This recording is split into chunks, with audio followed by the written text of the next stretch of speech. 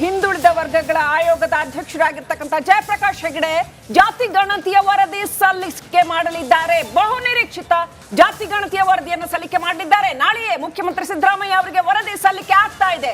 ಬಹುನಿರೀಕ್ಷಿತ ಬಹುಚರ್ಚಿತ ಜಾತಿ ಗಣತಿ ಬೇಕೋ ಬೇಡವೋ ಅಂತ ಸಿಕ್ಕಾಪಟ್ಟೆ ಚರ್ಚೆ ಆಗಿತ್ತು. ಇದರ ಬಗ್ಗೆ ನಾಳೆ ಬೆಳಗ್ಗೆ 11 ಗಂಟೆಗೆ ಮುಖ್ಯಮಂತ್ರಿಗಳಿಗೆ ವರದಿ ಸಲ್ಲಿಕೆ ಮಾಡ್ತಾ ಇದ್ದಾರೆ ಜಯಪ್ರಕಾಶ್ ಹೆಗಡೆ.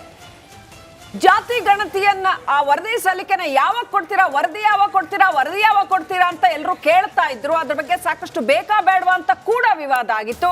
ಇದೀಗ ಜಯಪ್ರಕಾಶ್ ಹೆಗಡೆ ರಿಪಬ್ಲಿಕ್ ಕನ್ನಡಕ್ಕೆ ಎಕ್ಸ್ಕ್ಲೂಸಿವ್ ಆಗಿ ಮಾಹಿತಿ ಕೊಟ್ಟಿದ್ದಾರೆ. ಮೊದಲು ಇಂಥ ಎಲ್ಲ ಮಾಹಿತಿಯನ್ನ ತರುವಂತದ್ದು ನಿಮ್ಮ ರಿಪಬ್ಲಿಕ್ ಕನ್ನಡ. ಏನ್ ಹೇಳಿದ್ದಾರೆ ಜಯಪ್ರಕಾಶ್ ಹೆಗಡೆ ನೋಡೋಣ ಬನ್ನಿ.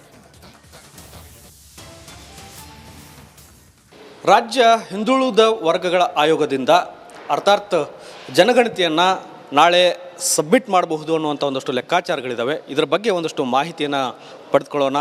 ರಾಜ್ಯ ಹಿಂದುಳಿದ ವರ್ಗಗಳ ಆಯೋಗದ ಅಧ್ಯಕ್ಷರಾದಂತಹ ಜಯಪ್ರಕಾಶ್ ಹೆಗಡೆ ಅವರು ಇದ್ದಾರೆ, ಅವ್ರನ್ನ ಮಾತನಾಡ್ಸೋಣ. ಸರ್, ನಾಳೆ CM ಸಾಹೇಬ್ರ ಹತ್ರ ಸಮಯ ಕೇಳಿದರೆ ಅನ್ನುವಂಥದ್ದು ಸರ್? ಸಮಯ ಕೇಳಿದ್ದೇವೆ. ಎಷ್ಟು ಗಂಟೆಗೆ ಸರ್? 11 ಗಂಟೆಗೆ ಕೊಡ್ತೇವೆ ಅಂತ ಹೇಳಿದ್ದಾರೆ. ಅವ್ರಿಗೆ ಸಮಯ ಕೊಟ್ಟು ಕೂಡಲೇ ವರದಿನ ಒಪ್ಪಿಸಿ ಬರ್ತೇವೆ. ನಾಳೆ ವರದಿ ಖಂಡಿತವಾಗಿ ಕೊಡ್ತಾ ಇದ್ರಿ ಅಂತ? ಖಂಡಿತವಾಗಿ ಕೊಡ್ತಾ ಇದ್ದೀವಿ. ಅಂದರೆ ಸರ್, ಹಿಂದೆ ಸಮಯ ಎಲ್ಲ ವಿಸ್ತರಣೆ ಆಗಿತ್ತು? ಇಲ್ಲ ಈ ಸಲ ಅಲ್ಲ, ನಮ್ದು ಸಂಪೂರ್ಣ ಆಗಿದೆ, ಪ್ರಿಂಟು ಆಗಿದೆ. ನಾವು ಕೊಡೋದೊಂದು ಬಾಕಿ ಅಷ್ಟೇ. ಅಂದರೆ ನಾಳೆ ಸಂಪೂರ್ಣವಾದಂಥ ವರದಿ ಕೊಡ್ತೀರಿ? ಕೊಡ್ತೇವೆ. ಅದು ಕಾಂತರಾಜ್ ಅವ್ರ ವರದಿ ಆಗಿರುತ್ತಾ ಅಥವಾ ಹಿಂದುಳಿದ ವರ್ಗದ ಆಯೋಗದ ವರದಿ ಆಗಿರುತ್ತಾ, ಜಯಪ್ರಕಾಶ್ ಹೆಗಡೆ ಅವರ ವರದಿ ಆಗಿರುತ್ತಾ? ಅದು ಹಿಂದುಳಿದ ವರ್ಗದ ಆಯೋಗದ ವರದಿಯಾಗಿರ್ತದೆ. ಕಾಂತರಾಜ್ ಅವರು ಏನು ಅಧ್ಯಕ್ಷರಾಗಿದ್ದರೋ ಆ ಸಂದರ್ಭದಲ್ಲಿ ಕಲೆಕ್ಟ್ ಮಾಡಿದ ಡೇಟಾ ಏನಿದೆ ಅದರ ಆಧಾರದ ಮೇಲೆ ಸರ್ಕಾರ ನಮ್ಗೆ ಕೇಳಿದಂಥ ವರದಿಯನ್ನು ಕೊಡ್ತಾ ಇದೆ. ಸಂಪೂರ್ಣವಾಗಿ ವರದಿ ಸಿದ್ಧ ಆಗಿದೆ ಸರ್? ಯಾಕಂದರೆ ಹಿಂದೆ ಒಂದಷ್ಟು ಆರೋಪಗಳು ಬಂದಿತ್ತು, ಹಾಗಾಗಿ ಅವೆಲ್ಲ ಡಾಟಾಗಳೆಲ್ಲ ಸಿಗ್ತಾ ಅಂತ ಸರ್? ಡೇಟಾ ಕಳೆದು ಹೋಗಿ ಇಲ್ಲ. ಅದನ್ನು ನೀವು ಮಾಧ್ಯಮದಲ್ಲಿ ನಾವು ನೋಡಿ ಆಶ್ಚರ್ಯಪಟ್ಟು ಬಿಟ್ಟರೆ ನಮ್ಮಲ್ಲಿ ಡೇಟಾ ಏನು ಕಳೆದು ಹೋಗಿರಲಿಲ್ಲ. ಅದು ಯಾಕಂದರೆ ಸೆಕ್ಯೂರ್ಡ್, ಅದು ಬೆಲ್ನವರು ಅದನ್ನು ಸಂಗ್ರಹ ಮಾಡಿ ಇಟ್ಟಿದ್ದಾರೆ. ಈಗ ಸಂಪೂರ್ಣವಾಗಿ ಹಿಂದಿನ ಜನಗಣತಿಗೂ ಈಗಿನ ಜನಗಣತಿ ಅಂದರೆ 2011 ಸೆನ್ಸಸ್ಸು, ಈಗ ಆ ಸೆನ್ಸಸ್ ಮೇಲೆ ಆಗಿರತಕ್ಕಂಥದ್ದು ಅಥವಾ ಹೇಗೆ ಹೊಸದ? 2014-15 ಏನು ಸಮೀಕ್ಷೆಯನ್ನು ಮಾಡಿದ್ದಾರೆ ಅದರ ಆಧಾರದ ಮೇಲೆ ನಾವು ಮಾಡಿದ್ದೇವೆ. ಅಂದರೆ ಪರ್ಸೆಂಟೇಜ್ ವೈಸ್ ಹೆಚ್ಚಿಗೆ ಮಾಡಿದ್ದೀರಾ ಅಂತ? ಏನಿಲ್ಲ, ಅದೇ ಪರ್ಸೆಂಟೇಜ್ ಮೇಲೆ ಮಾಡಿದ್ದೇವೆ ನಾವು. ಹೌದು. ಅಂದರೆ ಸರ್, ಈಗ ಪರ್ಸೆಂಟೇಜ್ ಜಾಸ್ತಿ ಮಾಡಬೇಕಾದ್ರೆ ನೆಕ್ಸ್ಟ್ ಯಾವಾಗಾದ್ರೂ ಆಗ್ತದೆ, ನೆಕ್ಸ್ಟ್ ಅದ್ರಲ್ಲಿ ಮಾಡ್ತಾರೆ ಅವರು. ಅಂದರೆ ಸರ್, ಈಗ ಅಲ್ಲಿಗೆ ಇಲ್ಲಿಗೆ ಜನಸಂಖ್ಯೆಗಳ ವ್ಯತ್ಯಾಸಗಳಾಗಿದೆ. ಅದನ್ನು ಎಲ್ಲವನ್ನ ನಾವು ವರದಿಯನ್ನು ಸರ್ಕಾರಕ್ಕೆ ಒಪ್ಪಿಸ್ತೇವೆ.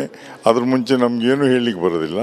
ಸರ್ಕಾರಕ್ಕೆ ವರದಿ ಒಪ್ಪಿಸಿ ಆದಮೇಲೆ ಇದು ಪಬ್ಲಿಕ್ ಡೊಮೇನಿಗೆ ಬರ್ತದೆ, ಸರ್ಕಾರ ಅದನ್ನು ಹೇಳ್ತಾರೆ. ನಾಳೆ ಬೆಳಗ್ಗೆ ಎಲ್ಲಿ CM ಅವ್ರನ್ನ ಭೇಟಿ ಮಾಡ್ತಾರೆ? ವರದಿ ಅವರು ಮಾಹಿತಿ ಕೊಟ್ಕೊಂಡು ನಾವು ಅಲ್ಲಿ ಹೋಗ್ತೇವೆ.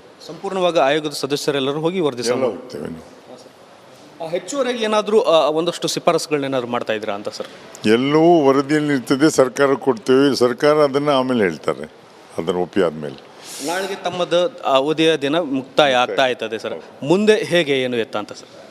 ಮುಂದೆ ನೋಡಬೇಕು. ಒಂದ್ಸಲ ಆಯೋಗದ ಕೆಲಸ ಮುಗಿದ ಮೇಲೆ ನಾಳೆವರೆಗೂ ಅದರ ಬಗ್ಗೆ ಆಲೋಚನೆ, ನಾಡಿದಿನ ಮೇಲೆ ಬೇರೆ ಆಲೋಚನೆ, ಏನು ಮಾಡಬೇಕು ಅನ್ನೋದು ಚಿಂತನೆ ಪ್ರಾರಂಭ ಆಗ್ತದೆ ಅಷ್ಟೇ. ಅಂದರೆ ಸಕ್ರಿಯ ರಾಜಕೀಯಕ್ಕೆ ಬರೋದಂಥದ್ದು ಸರ್? ಗೊತ್ತಿಲ್ಲ, ಈಗ ಅದ್ರ ಬಗ್ಗೆ ಏನು ಮಾತಾಡೋದಿಲ್ಲ ನಾನು. ಅಂದರೆ ನಾಳೆ ಅವಧಿ ದಿನ ಮುಗಿದ ನಂತರ ಮಾತನಾಡ್ತೀರಂತ? ಹೌದು. ಒಟ್ಟಿನಲ್ಲಿ ನಾಳೆ ವರದಿ ಅಂತೂ ಸಲ್ಲಿಸೋದು ಪಕ್ಕ ಸರ್? ಖಂಡಿತ. ಓಕೆ ಸರ್, ಇದಿಷ್ಟು ಜಯಪ್ರಕಾಶ್ ಹೆಗಡೆ ಅವರ ಮಾತು. ನಾಳೆ ಖಂಡಿತವಾಗಿಯೂ ನಾವು ವರದಿಯನ್ನು ಸಲ್ಲಿಸ್ತಾ ಇದ್ದೇವೆ. ನಾಳೆ CM ಅವರು ಬೆಳಗ್ಗೆ 11 ಗಂಟೆಗೆ ಸಮಯವನ್ನು ಕೊಟ್ಟಿದ್ದಾರೆ. ಆ ಸಮಯಕ್ಕೆ ನಾವು ವರದಿಯನ್ನು ಖಂಡಿತವಾಗಿ ಸಲ್ಲಿಸ್ತೇವೆ ಅನ್ನುವಂಥ ಮಾತನ್ನು ಹೇಳ್ತಾ ಇದ್ದಾರೆ. ಅದು ಹಿಂದುಳಿದ ವರ್ಗಗಳ ಆಯೋಗದ ವರದಿ ಆಗಿರುತ್ತೆ ಅನ್ನುವಂಥ ಒಂದಷ್ಟು ಸ್ಪಷ್ಟನೆಯನ್ನು ಕೂಡ ಕೊಡ್ತಾ ಇದ್ದಾರೆ. ಕ್ಯಾಮ್ರಾಮನ್ ಮಂಜುನಾಥ್ ಜೊತೆ ಬಸವರಾಜ್ ಚಂದ್ರಮಠ್, ರಿಪಬ್ಲಿಕ್ ಕನ್ನಡ, ಇದು ನಿಮ್ಮ ಧ್ವನಿ. ಬಹಳ ಬಹಳ ಬಹಳ ಬಹಳ ಬಹಳ ಮುಖ್ಯವಾಗಿರ್ತಕ್ಕಂಥ ವಿಚಾರ ಇದು. ರಾಜ್ಯದಲ್ಲಿ ಎಷ್ಟು ಬಾರಿ ಈ ಜಾತಿ ಗಣತಿ ವಿಚಾರ ಚರ್ಚೆ ಆಗಿದೆ ಅನ್ನೋದು ನಮ್ಗೆ ಗೊತ್ತು. 2014ರಿಂದಾನು ನಿರಂತರವಾಗಿ ಇದು ಚರ್ಚೆ ಆಗ್ತಾನೆ ಬಂದಿದೆ. ರಾಹುಲ್ ಗಾಂಧಿ ಅವರು ಮೊನ್ನೆ ಲೋಕಸಭಾ ಚುನಾವಣೆಯ ಎದುರಿನಲ್ಲಿ ಅನೇಕ ರಾಜ್ಯಗಳಲ್ಲಿ ನಾವು ಈ ಜಾತಿ ಗಣತಿಯನ್ನು ಪರಿಗಣಿಸ್ತೇವೆ, ಅದನ್ನು ಮುಂದಿಟ್ಕೊಂಡು ನಾವು ಲೋಕಸಭಾ ಚುನಾವಣೆಗೆ ಮುಂದೆ ಹೋಗ್ತೇವೆ ಅಂತ ಹೇಳಿದ್ರು. ನಾವು ರಂಜಿತ್, ನನಗೆ ಆಶ್ಚರ್ಯ ಇರೋದೇನು ಗೊತ್ತಾ, ಕರ್ನಾಟಕದ ವಿಚಾರದಲ್ಲಿ ಜಯಪ್ರಕಾಶ್ ಹೆಗಡೆ ಹಿಂದುಳಿದ ವರ್ಗಗಳ ಅಧ್ಯಕ್ಷರಾಗಿ ಇದನ್ನ ಮಂಡಿಸೋದಕ್ಕೆ ಹೋಗ್ತಾ ಇದ್ದಾರೆ ಅಂತ.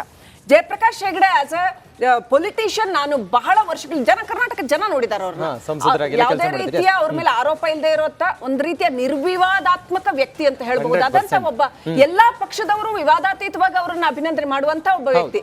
ಆದರೆ ಈ ಸಂದರ್ಭ ಇದೆಯಲ್ಲ, ನಾಳೆನೆ ಇಮಿಡಿಯೇಟ್ ಆಗಿ ಇದ್ರ ಹಿಂದೆ ಮುಂದೆ ಏನೂ ಸುದ್ದಿ ಇರ್ಲಿಲ್ಲ. ಅವ್ರು ಯಾವಾಗ ಇದನ್ನ ಮುಖ್ಯಮಂತ್ರಿಗಳು ಕೇಳಿದ್ರು, ನಾಳೆನೆ ಯಾಕೆ, ಈಗೆಲ್ಲ ಪ್ರಶ್ನೆಗಳು ಸಹಜವಾಗಿ ಒಬ್ಬ ಪತ್ರಕರ್ತರಾಗಿ ನಮಗ್ ಬರ್ಲೇಬೇಕು.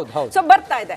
ಎರಡನೇದು, ಜಯಪ್ರಕಾಶ್ ಹೆಗ್ಡೆ ವ್ಯಕ್ತಿಯಾಗಿ ನಾನು ಹೇಳಿದೆ ಯಾವುದೇ ಅವ್ರ ಮೇಲೆ ನಮಗೂ ಕೂಡ ಅನುಮಾನಗಳಿಲ್ಲ. ಆದ್ರೆ ಯಾವ್ದಾದರೂ ಪೊಲಿಟಿಕಲ್ ಕಂಪಲ್ಷನ್ಗೆ ಒಳಗಾಗಿದ್ದಾರಾ ಇಲ್ವಾ ಅನ್ನುವಂಥದ್ದು ಅನ್ನೋದು ಕೂಡ ಕೇಳಿ ಬರ್ತಾ ಇದೆ.